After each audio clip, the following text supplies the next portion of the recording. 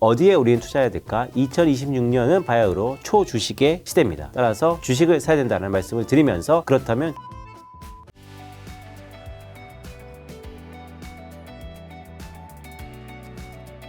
이번에 AI 혁명과 미국 경제 여쭤보려고 하는데 12월 FOMC에서 미국 경제 성장률 전망치가 상향 조정된 배경에 AI 효과가 있다고 하셨는데 AI 투자가 실제 제조업 생산성 얼마나 상승시키고 있나요? 네, 먼저 두 가지를 먼저 짚고 넘어가야 될 것 같은데요. 화면에 보시는 것처럼 지난 12월 FOMC에 제가 프리뷰에도 말씀드렸지만 이견이 참 많았습니다. 점도표만 놓고 보면 여러 위원들이 각자 도생, 다른 생각을 하는 것 같습니다. 그럼에도 불구하고 하나의 공통적인 의견이 있었는데 그게 뭐냐면 내년에 미국 경제가 좋다는 겁니다. 2026년, 2027년, 더 나아가서 2028년까지 전망치를 올려버렸습니다. 화면에 보시는 것은 기존 전망과 수정 전망의 차이인데요. 이렇게 보면 크게 얼마나 이게 큰 거야 라고 별로 나타나지 않죠. 그래서 다음 페이지 제가 준비했습니다. 보시면 6,300억 달러나 전망치가 증가됐습니다. 자, 그런데 기자회견에서 무슨 얘기를 했냐면 왜 이렇게 전망치를 상향 조정했냐? AI 효과라는 겁니다. 즉 AI 효과가 미국의 경제 전망에 반영되기 시작했다. 그래서 김 작가님 말씀하셨던 것처럼 다음 페이지 보시면 결국 미국의 AI 효과는요. 생산성의 재고를 나타낸다는 게 지금 미국의 제조업 생산성이 상반기에 1분기, 2분기 연속해서 상승했는데요. 전년 동분기 대비 1분기는 1.1%에서 2분기 1.6%로 화면에 보시는 이 회색입니다. 네. 상승하고 있고요. 근데 이게 어디까지 상승할까? 저희가 기대하는 것은 이쪽입니다. 2000년 초반에 IT 혁명 때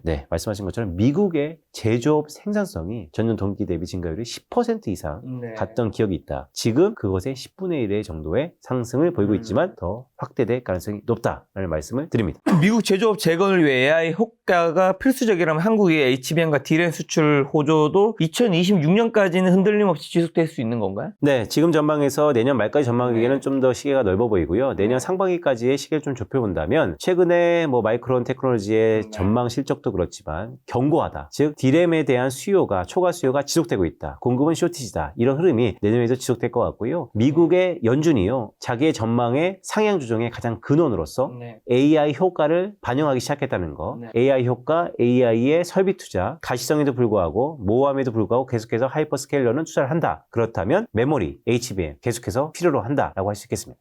AI 투자가 미국 성장의 원동력이라면 그러면 2025년 하반기 반도체 업종의 상승세가 내년에 뉴에라로 이어질 핵심 조건은 뭘까요? 반도체는 사이클이 있습니다. 그래서 2년, 3년마다 이 사이클에 경기 민감 업종인데요. 근데 최근에 보면요. 가수요가 붙었죠. 묻지마 투자 계속해서 신포무라고 저는 설명드리고 있는데 미국의 빅테크들이 계속해서 수요의 연장성에 지속하다 보니까 이것은 반도체 사이클을 넘어서 반도체 뉴에라다라는 얘기를 하고 있고요. 새로운 시대가 열리고 있다는 것에 결국 한국의 밸류체인상의 여주사 업체 종목들이 뜨거울 거다라는 말씀을 드립니다. 미국 증시에서 오라클, 브로드컴 등의 실적 이슈로 기술주 투심이 이제 얼어붙었는데 엔비디아를 필두로 한 AI 주도 장세가 이제 끝물에 다다른 것인가 여쭤보고 싶네요. 네, 이제 AI 거품론에 대한 문제인데요. 제가 한 두세 달 전부터 계속해서 말씀드린 게 하나 있습니다. IT 버블 때 버블이었습니다. 근데 버블에 유무를 뭘 갖고 판단해야 되냐? 결국 실적인데요. 매출이 아니고 영업이익입니다. 과거 IT 버블 때도요, 매출은 계속해서 늘었습니다. 따라서 지금 매출의 증가세만 놓고 본다면 우리는 버블을 감지할 수 없습니다. 결국 매출 증대가 아니고 외형 확장이 아니고 영업이익률이 얼마나 지속해서 상승할 수 있을까가 키이고요. 그런 의미에서 보면 최근 브로드컴 실적 발표에 크게 낙폭이 컸잖아요. 왜냐하면 AI 제품에 대한 마진이 녹록지 않다라는 게, 즉 영업이익률이 매우 중요하고요. 그런 의미에서 보면 엔비디아 영업이익률 계속해서 올라가고 있고 또한 마이크로 테크놀로지 최근에 실적 잘 나왔죠. 맞습니다. 그리고 영업이익률도 계속해서 상승하고 있다는 것이 여전히 옥과 석은 가리고 있지만 기본적으로 지금의 트렌드를 이끌고 있는 엔비디아의 영업이익률이, 이 높은 영업이익률이 거의 70% 육박하는 이 영업이익률이 계속해서 상승하고 있다는 측면에서 버블은 맞지만 그 버블이 지금 당장 꺼질 것 같다는 우려를 갖기에는 시기상조다라는 말씀. 근데 마이크론 실적이 굉장히 잘 나왔는데 이번 주에 삼성전자, 하이닉스는 왜 이렇게 좀 힘이 별로 없어요? 네, 하이닉스는 경고를 먹고 있다라는 기본적인 우려가 하나 있고요. 투자 경고 종목. 네, 맞습니다. 삼성전자는요, 이제 두 가지 시각이 어울려지는 것 같습니다. 이제 금요일 날 19일 아침에 마이크론 테크놀로지의 실적 발표 이후에 다음 주 월요일장, 그러니까 정확히 얘기하면 22일장에 삼성전자를 한번 봐야 되는데, 기본적으로 산타일리 앞두고서 22일부터는 삼성전자의 하단을 경고해야 하는 상승세가 나타나지 않을까라는 기대를 갖고 있습니다. 왜 22부터인가요? 브로드컴의 자, 이번 주입니다. 19일 날 마이크론 테크놀로지 실적 발표가 반영되는 미국장 끝나자마자 발표됐거든요. 따라서 그게 고스란히 반영되고 다음으로 이어지는데 시차가 있을 거다라는 생각을 갖고 있습니다. 자, AI 거품의 핵심은 결국 수익성 증명인데 오픈 AI 2025년 예상 매출 대비 막대한 인프라 투자 비용과 순손실 문제 어떻게 해석해야 하는지 이게 수익 없이 사실 뭐 AI 관련해서 돈 버는 곳은 엔비디아 말고 그렇게 많지 않다고 하는데 수익 없이 반도체 수요 이거 지속될 수 있을까요? 네, 지금의 AI의 큰 트렌드를 만든 기업이 오픈 AI입니다. 근데 지금 가장 문제가 되는 뜨거운 감자가 오픈 AI입니다. 그래서 오픈 AI의 현실화, 물론 챗 GPT가 유료화되고 있어서 조금씩 유료화가 된다 하지만 막대한 투자금에 비해서는 여전히 적자거든요. 근데 이게 과연 내년에 가시화될까? 즉 수익화될까? 아니면 내후년에 될까가 이제 초미의 관심사인데 그럼에도 불구하고 이런 말씀 드릴게요. 설비 투자, 즉 AI 투자는 비가역성입니다. 무슨 얘기냐면 뒤돌릴 수 없다는 것이죠. 더 나아가서 다음 넥스트 AI는 피지컬 AI다 라는 측면에서 그렇다면 지금 기업들이 하이퍼스케일러들이 투자를 멈출까요? 저는 비가역성, 되돌릴 수 없다. 이것은 생존이다. 따라서 오픈 AI의 실적이 가시화되면 금상첨화지만 그렇지 않다 하더라도 우리는 그 넥스트 피지컬 AI를 바라보면서 계속해서 투자가 나타날 가능성이 높다. 이제는 투자는 옵션이 선택이 아닌 생존이다 라는 말씀도 드립니다. 자, 엔비디아 실적 나온 지 꽤 됐지만 이제 한 번 더 여쭤보면 굉장히 좋았죠. 근데 시장 반응이 굉장히 미온적입니다. 향후 AI 투자 꺾일 위험은 없을까요? 네, 모든 건 다 통과 의뢰가 있고 쉬어가는 네. 과정이 있죠. 많이 비싸졌죠. 더구나 밸류에이션이 문제였는데 엔비디아가 40배 정도 기본적인 밸류에이션이 높다가 지금 176달러네요. 네, 지금 많이 조정받아서 현재 한 25배 정도 내외로 내려왔습니다. 이제 구글과 비슷한 밸류에이션이고요. 그렇다 보면 지금 가격에서는 밸류에이션의 부담도 상당 부분 안정적으로 내려왔다라고 할 수 있겠습니다. 자, 빅테크 내에서도 헤비가 지금 엇갈리고 있을 텐데 현재 시점에서 빅테크 종목 선별 기준과 가장 좋게 보시는 건 뭔가요? 네, 여전히 빅테크 중에서는 테슬라가 올타임 하이를 보기 때문에 테슬라에 대한 기대감도 있는 반면에 저는 여전히 구글과 엔비디아라고 놓고 보면 저는 엔비디아에 대한 기대감이 여전히 높다라고 볼 수 있고요. 문제는 이런 거죠. 엔비디아, 브로드컴, 테슬라, 구글 등등 또 다른 현금 부자 메타 하지만 이 모든 것들의 빅테크들은 견고하다라는 말씀도 드리면서 미국의 빅테크를 보면 자연스럽게 한국의 밸류체인도 따라서 보자라는 말씀도 다시 한번 드립니다. 요즘 시장 환경을 둘러싼 뉴스들을 보면 삼성전자에게 좋은 뉴스 굉장히 많음에도 불구하고 생각처럼 주가는 지금 오르고 있어요. 앞으로 어떻게 보세요? 삼성전자가 HBM을 공급한다라는 게 실제 뉴스플로우상에 가시화된다면 또 한 번 레벨업 될 수 있을 가능성이 높고요. 또한 배당 성향이 최근에 발표됐잖아요. 삼성전자는 거기에 조금 못 미치고 있습니다. 따라서 주주환원 배당에 대한 기대도 있고요. 세 번째는요. 지금 레거시, 즉 과거의 디램이요. 완전 쇼티지입니다. 따라서 디램 가격이 올라가는 것이 점차 실적에 반영될 것이다 라고 보고 있습니다. 삼성전자 같은 기업은 자사주 소각 좀 많이 안 하나요? 미국에는 그런 것들 굉장히 많이 하기 때문에 주가가 오른 것도 있지 않아요? 맞습니다. 상법이 3차 개정을 앞두고 있고요. 자사주 1년 안에 소각 의무가 이제 발휘될 가능성이 높고요. 근데 삼성전자는 이런 말씀 드릴게요. 이거는 되게 민감한 얘기인데요. 내년 상반기에 자, 상속세를 이제 오너들이 내야 됩니다. 그렇죠. 네, 그렇다면 또 상속세 이슈를 전후로 해서 주가를 또 얼만큼 키울지 또 다른 기대감이라고 할 수 있겠습니다. 오르는 게 대주주 입장에서 좋은 건가요? 상속세 내기 위해서는? 아무래도 네, 팔아서 내야 되니까요. 자, SK하이닉스는 급등 후에 좀 조정받고 있습니다. 4분기 깜짝 실적 전망도 나오고 있는데 지금 사도 괜찮을까요? 네, 내년에 뭐 80조 원, 100조 원 얘기도 나오고 있습니다. 여의도에서는 100만 닉스의 타깃 프라이싱도 있었고 기본적으로 평균이 한 70만 원대에서 80만 원대가 형성되고 있습니다. 물론 가수요가 잡혔습니다. 즉 수요에 대한 부담도 있습니다. 그러니까 너무 많은 포머로 인해서 수주가 오버부킹 되었다는 것이죠. 그럼에도 불구하고 계속해서 실적은 상향 조정될 것이다라고 보고 있고 여주사라는 말씀을 다시 한번 드립니다. 자, SK하이닉스 그러면 독주가 계속될까요? 저평가 대 삼성전자 반등 여력 크다고 보시는지?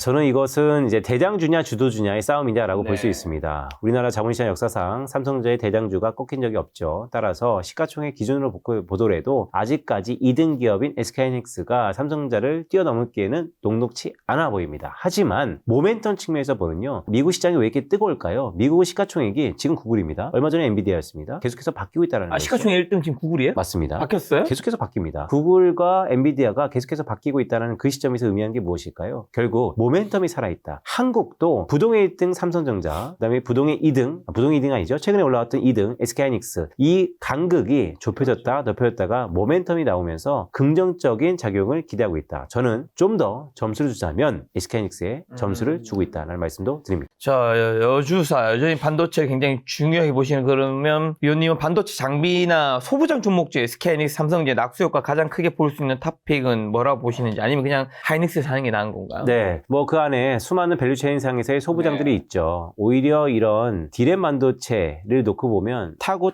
내려와서 전력으로도 또 소화하시는 분들이 있습니다. 저는 그럼에도 불구하고 가장 확신이 있는 가시성이 눈앞에 있는 SK하이닉스를 보자는 말씀을 다시 한번 드립니다. 자, 수출 기업 이익이 또 환율 효과로 늘어나는 착시를 제외하고 순수하게 펀더멘털 측면에서 한국 반도체가 글로벌 경쟁 우위를 지키고 있나요? 네, 이것은 수출 물량과 가격을 보시면 됩니다. 우리가 산업통상자원부에서 나오는 수출은요, 명목 가격이기 때문에 물량과 단가를 따로 구분해서 봐야 되는데요. 기본적으로 수출 물량도 증가세가 있다라는 게, 증가세는 둔화되고 있지만 여전히 증가세가 있다라는 게 한국의 반도체, 더 나아가서 반도체 수출이 지속되고 있다라는 것을 증명한다라고 보고 있고, 확신이라는 게 글쎄요, 투자는 확신보다 확률로서 해야 되죠. 그렇죠. 그래서 확률로서 보면 빅테크들이 계속해서 투자하고 있는가가 매우 중요하다라고 볼 수 있고, 계속해서 말씀드린 거지만 그들이 새로운 생존 전략으로서 투자를 이어가고 있다는 말씀도 드립니다. 자, 미중 패권 경쟁에 따른 불확실성이 2026년 중간선거 앞두고 커질 텐데 AI 효과가 이런 정치적 리스크를 압도할 만큼 내년에도 강력할까요? 네, 내년 11월 달에 미국의 중간 선거가 있고요. 내년 네. 4월 달에는 미중 정상들이 만납니다. 자, 무엇을 의미할까요? 내년에는요, 올해 얽혀있던 이 관세 우려감이 실타래가 내년 4월 달에는 풀릴 가능성이 높고요. 그렇다면 봉합인 것이죠. 자, 미중 간의 봉합이 나타난다라는 것은 미국은 미국 나름대로, 중국은 중국 나름대로 또 다른 경쟁을 위해서 준비하는 기간이다. 자, 두 고래 싸움이 다소 소강 상태에 붙이면서 기존에 이었던 AI 투자는 계속해서 지속되고 오히려 확대될 것이다 라고 보고 있습니다. 자, 하나증권에서는 내년도에 연준, 금리, 이게 굉장히 중요한 거죠. 연준의 금리나 어떻게 전망하고 계신가요? 네, 화면에 보시는 것처럼 10월 FOMC가 끝난 다음에 주요 IB들의 전망치입니다. 회색이 금리 인하를 베팅했던 시기이고, 맨 밑에 있는 하나증권은 내년도 세 차례 금리 인하를 전망하고 있습니다.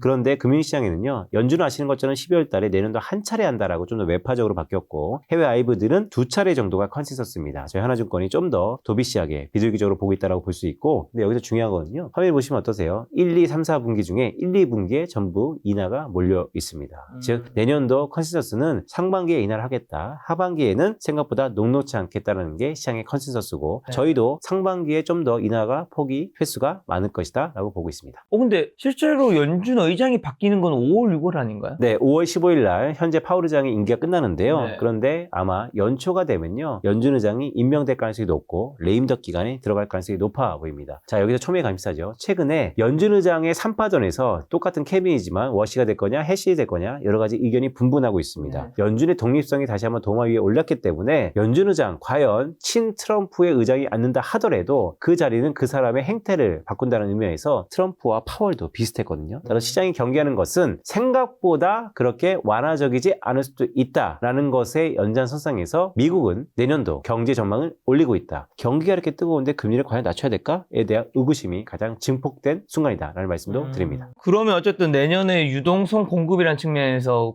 금리 인하가 굉장히 중요한 뉴스인데, 금리 인하가 우리가 기대하는 것만큼 안 하게 됐을 때 증시에 악영향은 없나요? 네, 맞습니다. 그러니까 생각보다 비주기적으로 우리가 컨센서스가 잡혔는데, 그렇죠. 연준 의장이 바뀌고 또 누가 보더라도 금리 인하를 활발히 할 것 같은데 생각보다 안 한다라고 하면 시장 크게 실망할 겁니다. 그래서 내년 하반기가 좀 더 저희는 보수적으로 일단은 잡고 있는데요. 그런데요, 우리가 생각하는 것처럼 연준 의장이 자기 기분 따라 아니면 트럼프의 오른쪽 왼쪽에 따라서 액션을 취하는 자리가 아닙니다. 연준이 얘기하는 건 듀얼 먼데이트, 즉 최대 고용과 물가 안정을 본다는 측면에서 화면 보시죠. 최근에 미국의 물가가 어떠냐라고 보면 PCE 물가, 네, 녹색입니다. 현재 이렇게 오른쪽으로 고개를 살짝 든 것 같이 보이지만 지금 PCE 물가의 선행지표 주택가격입니다. 제가 시차 상반기를 보니까 한 7개월 정도 선행하거든요. 7개월 내리 하락하고 있습니다. 네. 자, 물가는 내년도에 안정적일 거다라고 보고 있고, 12월 FOMC에서 파월 의장도 기자회견에서 이런 얘기를 했습니다. 현재 관세율이 더 이상 증가하지, 상승하지 않고 지속된다면 내년도 미국의 물가는 1분기가 피크일 거다. 자, 물가가 안정적이라면 시장이 매파적으로 보고 있지만 저는 내년 하반기에 생각보다 금리를 인하할 수도 있을 것 같다. 더구나 내년 11월 달에 중간 선거를 앞두고 현재 공화당이 상원에서 좀 더 불리한 역학 구조를 갖고 있다는 측면에서 하나증권이 시장의 컨센서스보다 좀 더 한 번 더 인하를 보는 것처럼 내년도 연준은, 미국은 완화적일 거다라는 생각을 그래서 갖고 있습니다. 내년도에 금리를 3번 정도 인하할 것이라 보시는. 맞습니다. 자, 역사적으로 연준 의장 지명 직후 3개월간 주가는 되게 상승했던데, 네. 이번 의장 교체기에도 과거와 같은 신임 의장 랠리 기대할 수 있을까요? 일단 두 가지입니다. 금리도 상승하고 주가도 상승했었습니다. 이것은 역대 연준의 의장입니다. 화면에 보시는 것처럼 아서번즈, 시대의 아이콘이죠. 그 다음에 밀러, 볼커, 그린스펀, 버냉키, 옐런, 파월까지. 자, 수많은 의미 있는 연준 의장들이 임명하고 나서 전후 3개월을 봤을 때 임명 후 3개월 동안 금리가 다 상승했습니다. 이상하죠? 어떤 의장은 매파적인 의장이었고 어떤 의장은 완화적인 의장이었는데 최근에 들어서 그린스펀, 버냉키, 옐런 전부 다 완화적인 스탠스를 보였던 의장임에도 불구하고 임명 이후에 미국의 10년물 국채 금리 변화를 보면요. 버냉키 때 외에는 다 상승했습니다. 이상하지 않으세요? 완화적인 의장이 들어온다 그러는데 미국의 채권 금리는 오히려 상승했었다. 이걸 어떻게 해석할 수 있을까? 불확실성입니다. 결국 초반에는 불확실성에 베팅하지만 그 이후에 주가 흐름 보시죠. 그린스펀 이후에 연준의장 지명 이후에 초기에 금리의 상승을 동반했지만 그 이후에 주가는 오히려 상승했다는 측면에서 지금도 저는 비슷한 측면으로 연준의장의 임명 직전까지 불확실성이 극대화되지만 임명하고 난 연초 이후에는 미국 주가에서도 긍정적으로 해석할 가능성이 높다는 말씀을 드립니다. 자, 그렇다면 내년에 한국은행 금리나 어떻게 할 거라 전망하시는지, 미국의 금리나 속도와 비교해서 한국의 대응이 좀 늦다는 의견들도 있던데 사람들은